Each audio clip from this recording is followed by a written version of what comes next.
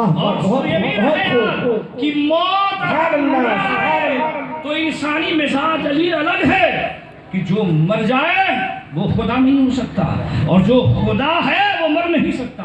یہ بھی رہے اہل ایمان، موت کو اللہ نے اس لیے بھی پیدا کیا تاکہ انسان تکبر نہ کرے، غرور نہ کرے۔ کچھ دنوں تک فرعون کو موت نہیں آئی، نہ بیمار پڑا، نہ بخار لگا، نہ سردی، نہ زکام، تو اس نے انا ربکم الاعلی کہہ دیا تھا۔ اگر سوچئے تو صحیح، مشیت الہی یہ ہے کہ آج ہندوستان کی آزادی کے وقت ہمارا ملک 25 کروڑ کی آبادی تھی اور آج 1 ارب 35 کروڑ کی آبادی ہو گئی ہے۔ اگر حضرت آدم علیہ السلام سے لے کر کے یہ بھی رہے یاد، آدم علیہ السلام ہندوستان کی سرزمین پر آئے تھے، الگ بات ہے کہ وہ لنکا 1932 میں ہو گیا اور لنکا الگ ملک کہلانے لگا۔ یہ فضل تو ہمیں ہی حاصل ہے، اہل ایمان ہی کو حاصل ہے کہ سب سے پہلے پیغمبر اسلام ہندوستان کی سرزمین پر آئے۔ یہ ہندوستان ہمارے باپ آدم کی زمین ہے، کسی اور کی زمین نہیں ہے۔ جو کہتے ہیں بھگانے کی بات کرتے ہیں، اللہ کا شکر اور احسان ہے کہ اس سرزمین پر آدم آئے تھے۔ اگر یہ تصور ہو کہ جب سے دنیا کا وجود ہوا ہے اگر کوئی فرد نہ بنتا تو یہ روئے زمین انسانی بستی کے لیے تنگ پڑ جاتی اور شاید نہ زمین بستی،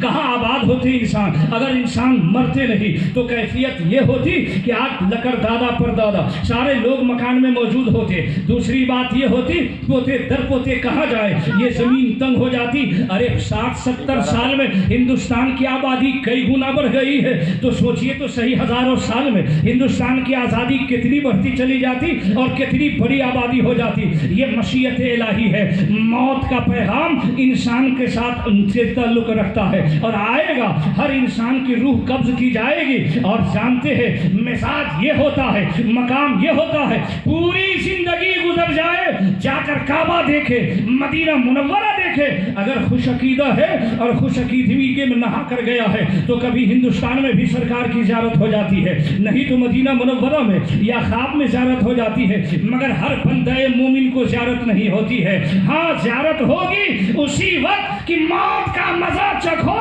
اور قبر میں جاؤ تو رسول اللہ کا جمال جہاں آرا دیکھو اور زیارت سے مشرف ہو جاؤ۔ یہی وجہ ہے کہ قرآن حدیث پاک میں کہا گیا ہے الموت تحفۃ المومن، یہ موت بندہ مومن کے لیے عظیم تحفہ ہے، ایسا تحفہ کہ اگر تم نے نہیں دیکھا ہے رسول اللہ کو تو موت کا مزہ چکھو اور سرکار کی زیارت سے مالا مال ہو جاؤ۔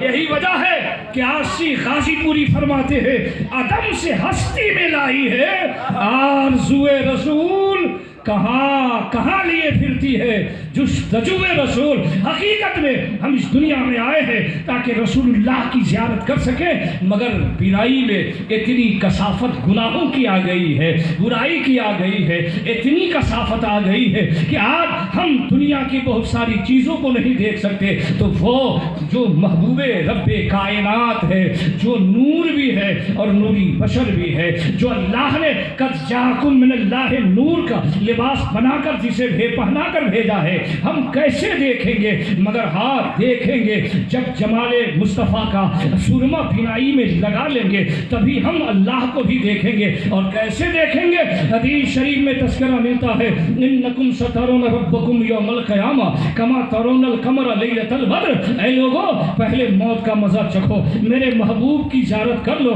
اور سرما بینائی میں لگا لو، تب میدان محشر میں تم رب کے انوار و تجلیات دیکھنے کے قابل ہو جاؤ گے، اور تب تم اللہ کے انوار و تجلیات کو اس طرح دیکھو گے جیسے تم 14ویں کے چاند کو بلا حجاب دیکھتے ہو، مگر جب تک موت کا مزہ نہیں چکھو گے تم نہیں دیکھ سکتے۔ اس لیے سرکار دو عالم نے ارشاد فرمایا کہ الموت تحفۃ المؤمن، یہ موت بندے مومن کے لیے عظیم تحفہ ہے۔ یہ تو انسانی فطرت ہے، کچھ دیر روتا ہے اور جس مقام کا انسان ہوتا ہے اس اعتبار سے لوگ اس کا دکھ اور سکھ اس کا مناتے ہیں، غم کا اظہار کرتے ہیں۔ کچھ نہیں تو کنبا ہے، نہیں کنبا اہل گاؤں ہے، بڑا ہے تو پورا علاقہ ہے، یہی نہیں بلکہ پورا ملک ہوتا ہے، اور ایک ہی فرد ایسا ہے جس کے انتقال پہ آقا نے فرمایا موت العالم موت العالم،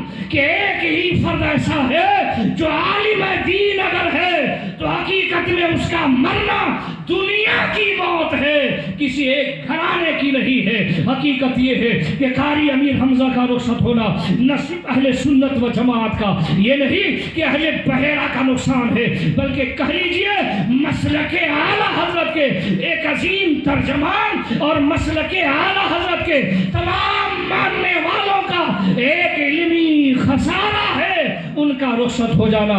اللہ تبارک و تعالی انہیں کروٹ کروٹ جنت الفردوس میں اعلیٰ سے اعلیٰ مقام عطا فرمائے، اور ان کے جملہ پسماندگان کو رب ذوالجلال صبر جمیل عطا فرمائے۔ اور آج جو انہوں نے ان کے برادران گرامی نے جو ان کے رسالے ثواب کی محفل سجایا ہے، رب اسے قبول بھی فرمائے، اور ان کے اس لگائے ہوئے باغ کو تا قیامت تناور درخت کی شکل میں اس طرح رکھے کہ آنے والے زمانے میں ہر فرد یہاں سے سایہ حاصل کرتا رہے اور اپنی علمی تشنگی بجھاتا رہے۔ وہ محبوب کہہ دیجئے وہ موت جس سے تم بھاگتے ہو تمہیں آ لے گی، چاہے تم جہاں رہو۔